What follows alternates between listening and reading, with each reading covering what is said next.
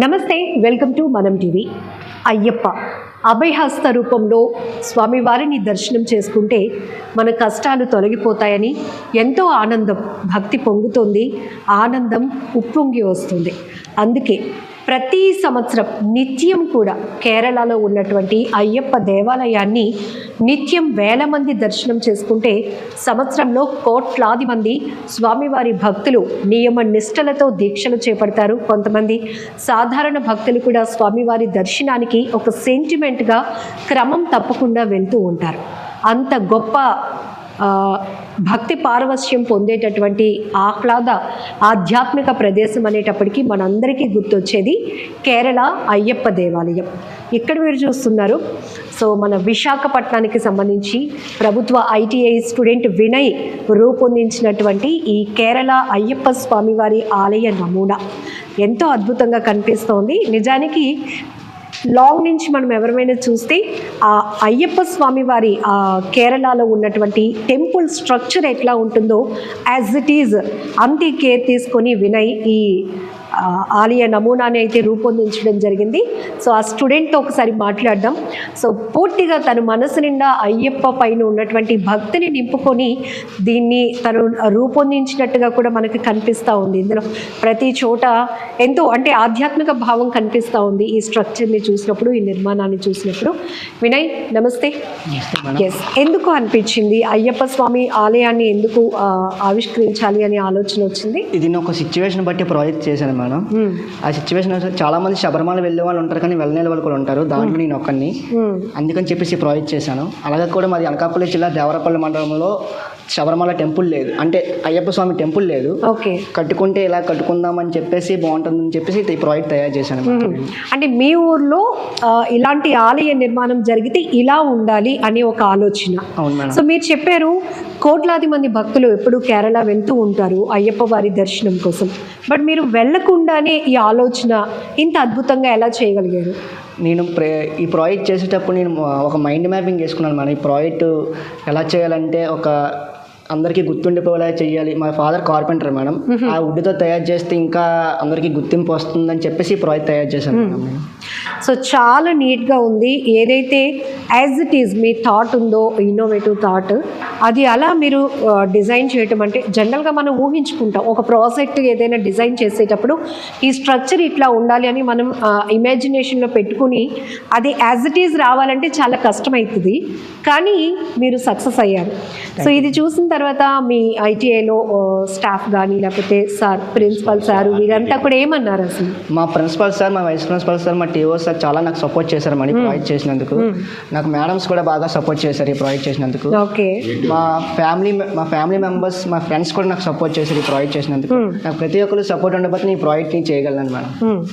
అంటే మనం ఏదైనా ఒక సంకల్పంతో ఒకటి చేపట్టినప్పుడు ఖచ్చితంగా దానిపైనే మన మైండ్ సెట్ ఉంటుంది. ఆ టైంలో అయ్యప్ప నేను ఎప్పుడు నీ ఆలయానికి రాలేదు, ఎప్పుడు నేను కేరళకి రాలేకపోయాను, కాబట్టి ఇది నేను అనుకుంటున్నాను ఈ ప్రాజెక్ట్ నాకు సక్సెస్ చేయాలి అనుకున్నారా? అనుకున్నాను మేడం. ఈ ప్రాజెక్ట్ చేసినప్పుడు నేను చాలా నిష్టగా చేశాను ఈ ప్రాజెక్ట్. నాన్ వెజ్ మానేసి వాష్రూమ్స్ ఎయిర్ బాత్ చేసుకొని ప్రాజెక్ట్ చేయడం, తల స్నానం చేసి వాష్ చేసుకొని ప్రాజెక్ట్ చేశాను మేడం. ఈ ప్రాజెక్ట్ చేసినప్పుడు ఇది నా 4th ప్రాజెక్ట్ మేడం. నా ఫస్ట్ ప్రాజెక్ట్ వచ్చేసరికి స్టే హోమ్ సేవ్ లైఫ్ అని చెప్పేసి కరోనా మీద ఒక ప్రాజెక్ట్ తయారు చేశాను మేడం. ఆ ప్రాజెక్ట్ వచ్చేసరికి ఏంటంటే అప్పుడు మనకి జీవీఎంసీ వాళ్ళు, polices and daughters and Sonu Sood గారు కూడా మనకి హెల్ప్ చేశారు. అప్పట్లో మనకి ఏంటంటే మనం ఎవరైనా చనిపోయినప్పుడు కూడా వాళ్ళ ఫ్యామిలీ మెంబర్స్ రాకపోయినా జీవీఎంసీ వాళ్ళు వచ్చి మనకి హెల్ప్ చేసేవారు మేడం. పోలీసెస్ మనకి సెక్యూరిటీస్గా హెల్ప్ చేసేవారు. మన డాటర్స్ వచ్చేసరికి మనకి వ్యాక్సిన్ రూపంలో హెల్ప్ చేసేవారు. మనకి సోను సూద్ సార్ వచ్చేసరికి మనకి ఫుడ్ సప్లై, మనకి ఏదైనా క్లాత్ సప్లై చేయడానికి ఉపయోగించేవారు. నా సెకండ్ ప్రాజెక్ట్ వచ్చేసరికి అంతరించిపోతున్న పంచవృత్తులు, అంటే మా డాడీ కార్పెంటర్ మేడం. అందులో ఆ కళ కూడా ఉంది. ఆ పంచవృత్తులు ఏంటంటే కరోనా టైంలో మా డాడీకి వర్క్స్ లేవు, మా డాడీకి కాకుండా వేరే వాళ్ళకి కూడా వర్క్స్ లేవు. మా పంచవృత్తుల్లో టోటల్ గా కార్పెంటర్స్ కి వర్క్స్ లేవు. అప్పుడు ఏంటంటే అది డిప్యూటీ సీఎం వరకు తీసుకువెళ్ళాం మనం ప్రాజెక్ట్ కూడా. నెక్స్ట్ ఇంకో ప్రాజెక్ట్ వచ్చి and violence to women concept అనేది ఒక ప్రాజెక్ట్ తయారు చేశాను మేడం. అదేంటంటే మహిళలపై హింసను తగ్గించండి అనే ప్రాజెక్ట్ ఒక తయారు చేశాను. అది అప్పుడు మేము ఒక లారీ మీద వెళ్తున్న వాళ్ళు స్కూటీపై వెళ్తున్న అమ్మాయిని ట్రాప్ చేసి అత్యాచారం చేయడం, ఒక బాలికని అత్యాచారం చేసి రైల్వే ట్రాక్ కింద చనిపోయిన అతని గురించి, ఒక అమ్మాయిని బీటెక్ చదువుతున్న నడి రోడ్డు అమ్మాయిని నడి రోడ్డు మీద చంపేసింది ఒక ప్రాజెక్ట్ ఒకటి అండ్ వైలెన్స్ టు ఉమెన్. ఇది నా 4th ప్రాజెక్ట్ మేడం. ఈ 3 ప్రాజెక్ట్స్ ఒకటైతే ఈ ప్రాజెక్ట్ నాకు మాత్రం చాలా ఇంట్రెస్టింగ్, చాలా సాటిస్ఫై ఉంది ఈ ప్రాజెక్ట్ చేసినప్పుడు. సో నాకు తెలిసి ఇప్పుడు ఇయర్ లో కేరళ వెళ్ళాలి అనే ఆలోచన ఏమైనా పెట్టుకున్నారా? వెళ్దాం అనుకున్నాను, వెళ్ళలేకపోయాను. ఎందుకు వెళ్ళలేకపోవడం ఏంటి? సిచ్యువేషన్ బట్టి మేడం, అది ఫైనాన్షియల్ సిచ్యువేషన్ బట్టి అంతే. నేను వెళ్ళలేకపోయాను, ఇలాగైనా చూద్దాం శబరిమల అని చెప్పేసి తయారు చేశాను. సో మీ ప్రాజెక్ట్ లో కాదు, మీ కళ్ళల్లో కూడా ఆ భక్తి కనపడుతోంది. ఎందుకంటే ఒకవైపు అంతరించిపోతున్న కొన్ని కళలు ఏవైతే ఉన్నాయో మనకి సాంప్రదాయంగా వస్తున్నవి, ఇప్పుడంతా మిషనరీ ఈ మేడింగ్ జరుగుతూ ఉండడం వల్ల మ్యాన్ పవర్కి కొంత వాల్యూ తగ్గుతూ ఉంది. ట్రూ, ఇది మీరు చెప్పింది. సో ఈ థీమ్ ఒకటి, నాన్న ఏదైతే చేసి మిమ్మల్ని పెంచి పోషిస్తున్న ఆ వృత్తిని కోల్పోతున్నారో దాన్ని ఎలివేట్ చేయడంతో పాటు ఇక్కడ టెంపుల్ మీరు ఇప్పటి వరకు చూడకపోయినా ఇంత అద్భుతంగా ఉంటుంది అని మీ చేతులతో దాన్ని రూపొందించడం. ఒకసారి ముందుకు వస్తారా? సో ఇక్కడ ఎంత స్పేస్ పెట్టారు, అలాగే ఎన్ని డేస్ అయింది, ఎంత టైం పట్టింది, ఎంత బడ్జెట్ అయింది? నేను ఈ ప్రాజెక్ట్ తయారు చేయడానికి నాకు 10 days పట్టింది మేడం. ఈ ప్రాజెక్ట్ బడ్జెట్ వచ్చేసరికి నేను ఏదైనా లో బడ్జెట్లో తయారు చేస్తాను మేడం. లో బడ్జెట్ హై ప్రాఫిట్. ఈ ప్రాజెక్ట్ బడ్జెట్ వచ్చేసరికి 1500 అయింది మేడం. 1500లో తయారు చేశాను ఈ ప్రాజెక్ట్. టోటల్ వుడ్ అంతా నేను ఎక్కువ వుడ్ బడ్జెట్ కూడా ఎక్కువ పెట్టుకోలేదు. ఏదైనా వేస్ట్ దాంట్లో రీసైకిల్ వుడ్ అంటే మొత్తం తయారు చేశాను మన ఈ వుడ్తో మాత్రం. ఈ ప్రాజెక్ట్ చేసినప్పుడు మొత్తం టోటల్ ప్రతి గంట తయారు చేసిన గంట కూడా అది చెక్కతోనే తయారు చేశాను మనం.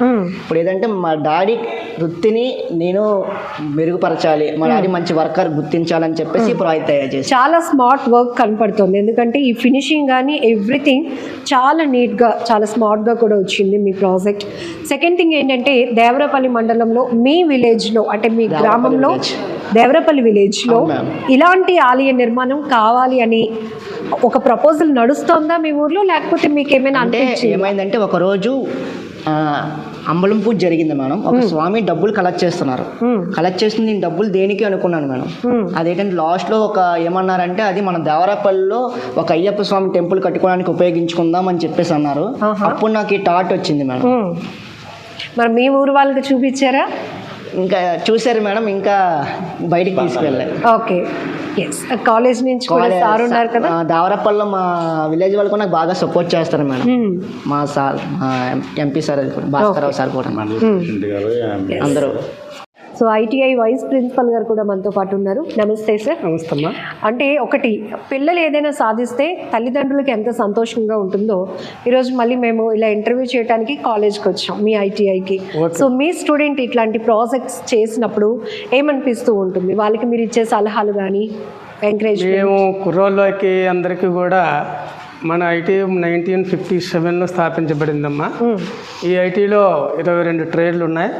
22 ట్రేడ్లలో మనకి నియర్ అబౌట్ 1200 పీపుల్స్ జాయిన్ అవుతారు. ఓకే, మన స్టేట్లోనే ఇది నెంబర్ 1 ఐటీఐ.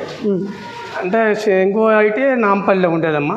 ఉమ్మడి జిల్లాల్లో ఉండేటప్పుడు నాంపల్లిలో ఒక ఐటీ ఉండేది. ఇక్కడ మన ఆంధ్రప్రదేశ్లో ఇది ఒక్కటే పెద్ద ఐటీ. మన ఐటీలో చదివినటువంటి స్టూడెంట్స్ చాలామంది చాలా ప్రాజెక్టులు తయారు చేశారు. ఎలక్ట్రానిక్స్లు కొన్ని ప్రాజెక్టులు తయారు చేశారు, అలాగే ఎలక్ట్రికల్ తయారు చేశారు, అలాగే మిషనిస్టులు తయారు చేశారు, ఫిట్టర్ వాళ్ళు తయారు చేశారు. కానీ అన్ని ప్రాజెక్టుల కంటే మన కార్పెంటరీలో మరి మన జులైలో జాయిన్ అయ్యడం చాలా ఇన్నోసెంట్. అంతేకాకుండా పని అంటే ఎక్కడ ఏ వస్తువు దొరికినా వెంటనే దాంతో ఏదో ఒకటి తయారు చేద్దాం అనేటటువంటి దృక్పథం ఉండేటటువంటి స్టూడెంట్ ఈయన. సో ప్రౌడ్ ఆఫ్ టెంపుల్ చూసిన తర్వాత మాకు ఇంకా మేము ఇందాకే ఆటోనగర్ వెళ్ళాం. ఆటోనగర్ దేనికోసం వెళ్ళామంటే ఓజేటి కోసం వెళ్ళాం. ఓజేటి కోసం వెళ్ళేటప్పుడు అక్కడ పనిచేసే వాళ్ళందరూ కూడా హిందీ మాట్లాడే వాళ్ళు ఎక్కువ మంది, మన తెలుగు వాళ్ళు ఎవరూ లేరు. బికాజ్ ఆఫ్ మనకి తెలుగు వాళ్ళు, మన రాష్ట్ర వాళ్ళు, మన ఇండస్ట్రీలో వాళ్ళు ఎవరో పని చేయట్లా. కానీ బయట రాష్ట్రం నుంచి వచ్చి అక్కడ పనిచేయడం అనేటటువంటిది జరుగుతుందనేటటువంటిది మనకు అక్కడ స్పష్టంగా అర్థమైంది.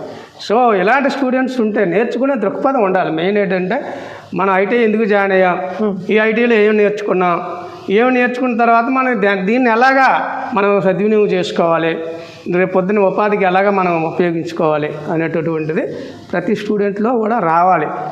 ఇప్పుడు అందుకని మేము ఏం చేసామంటే ఈ ఓజేటీ కార్యక్రమంకి ప్రతి ఇండస్ట్రీస్కి వెళ్ళి అక్కడ ఏ ట్రేడ్లు కావాలి, ఏ ట్రేడ్ వాళ్ళకి అవసరమో ఆ ట్రేడ్ వాళ్ళని మనము కొంత 3 months ప్రొవైడ్ చేస్తాం. 3 months వాళ్ళు ఏం చేస్తారంటే అక్కడ ఆ ఇండస్ట్రీలో ఏం జరుగుతుందనేటటువంటిది ఒక అవగాహన వీడికి వస్తుంది.